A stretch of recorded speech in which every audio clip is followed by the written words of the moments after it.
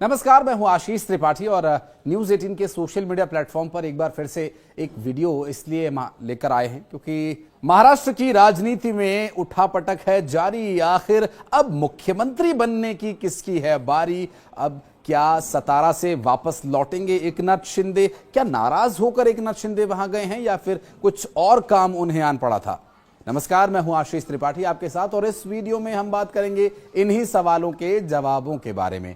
पहला सवाल ये कि मुख्यमंत्री कौन होगा? देवेंद्र फडणवीस मुख्यमंत्री होंगे, ये बात अजीत पवार ने समर्थन देकर और भी पुख्ता कर दी है। बीजेपी के पास सबसे ज्यादा सीट्स है और बीजेपी इस वक्त बड़े भाई की भूमिका में है, ये बात तो स्पष्ट हो ही गई है कि मुख्यमंत्री देवेंद्र फडणवीस ही होंगे। लेकिन इसके औपचारिक ऐलान की अभी कोई दूर दूर तक खबर नहीं है, क्योंकि औपचारिक ऐलान किए जाने की वजह से हो सकता है कि जो समीकरण का ताना बाना है, संतुलन है, वो बिगड़ जाए। अब संतुलन बिगड़ने से पहले सब कुछ तय हो जाना बहुत जरूरी है। इसके लिए देवेंद्र फडणवीस ने फोन किया एकनाथ शिंदे को, जो महाराष्ट्र के सतारा में अपने घर गए हुए थे। और वहां जब उन्हें फोन किया, उनका हालचाल जाना, तो मीडिया को तो यही बताया गया कि देवेंद्र फडणवीस ने उनका हालचाल जाना और वो कब लौट रहे हैं, ये सब बात हुई। लेकिन बात दरअसल ये हुई है कि आपका इस वक्त घर जाना, मुंबई छोड़कर जाना, ये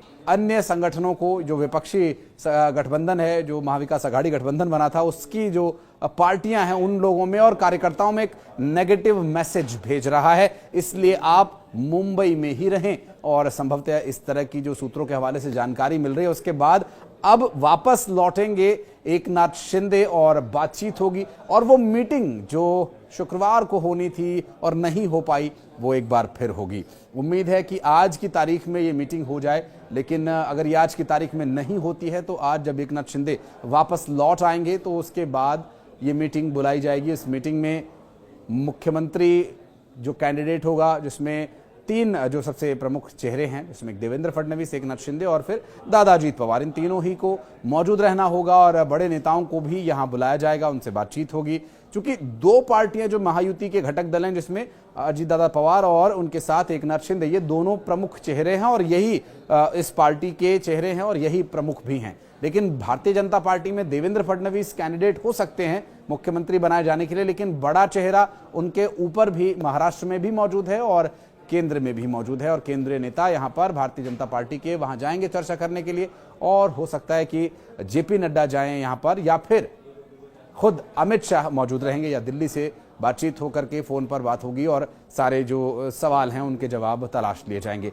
लेकिन जो पेच फंसा हुआ था, वो पेच दरअसल इसलिए भी फंसा हुआ था कि जब एकनाथ शिंदे मुख्यमंत्री थे तो फिर वहां देवेंद्र फडणवीस को गृह विभाग दिया गया था और गृहमंत्री उन्हें बनाया गया था उप मुख्यमंत्री होने के साथ साथ। तो ये मांग उनके भरत गोगावले, जो कि शिवसेना शिंदे गुट के विधायक हैं, उन्होंने ये मांग उठाई भी थी कि आपको जब बीजेपी के उप मुख्यमंत्री थे तो गृह विभाग उन्हें दिया गया था, तो ऐसे में अब एकनाथ शिंदे को भी गृह विभाग ही दियाना चाहिए। तो मंत्रिमंडल के बंटवारे को लेकर जरूर खींचतान है, लेकिन अब एकनाथ शिंदे जब सतारा से वापस लौटेंगे तो इसका हल हो जाएगा और इस बारे में निर्णय ले लिया जाएगा। क्योंकि जितने दिन बीतते जाएंगे, 10-11 दिन से ऊपर का समय बीत चुका है, जितने ज्यादा दिन बीतते जाएंगे उतना ही नेगेटिव मैसेज जो है लोगों के बीच इसके विषय में जाएगा। और जो खींचतान, जो सिर फुटवल की बात महाविकास आघाड़ी सरकार में थी, अब वो यहां भी हो सकती है। इस तरह के लोग चर्चा करने कहीं शुरू न कर दें, इसके लिए भी यहां पर भारतीय जनता पार्टी समेत तीनों ही घटक दलों को इस बात में बहुत फोकस करने और बहुत ध्यान रखने की आवश्यकता है। क्योंकि जिन लोगों ने वोट दिया है और एक ऐतिहासिक बहुमत यहां महायुति की सरकार को दिया है, तो ऐसे में उन लोगों को अब लोगों के वोट का सम्मान करना चाहिए और जल्द से जल्द सरकार का गठन करना चाहिए। जो जब शिवसेना, उद्धव ठाकरे जब बीजेपी के साथ गठबंधन में थे, शिवसेना गठबंधन में थी, उस वक्त जो टूट का कारण बना था वो यही बना था कि मुख्यमंत्री मैं बनूंगा। और फिर बीजेपी ने 2.5 साल वाले फॉर्मूले तक को वहां उद्धव ठाकरे के सामने रखा था, लेकिन उद्धव ठाकरे उस पर भी नहीं माने, तो फिर अंततोगत्वा टूट हो गई। लेकिन यहां पर अगर टूट होती है, जिसकी संभावनाएं बहुत कम नजर आ रही हैं, लेकिन अगर फिर किसी भी परिस्थिति में टूट होती भी है तो भी बीजेपी के पास सरकार बनाने के लिए और भी बहुत सारे विकल्प हैं। तो ऐसे में बीजेपी यहां किसी भी तरह से दबाव में नहीं है, लेकिन बीजेपी के ऊपर जो एक साइकोलॉजिकल प्रेशर वो ये कि लोगों के बीच नकारात्मक संदेश ना जाए।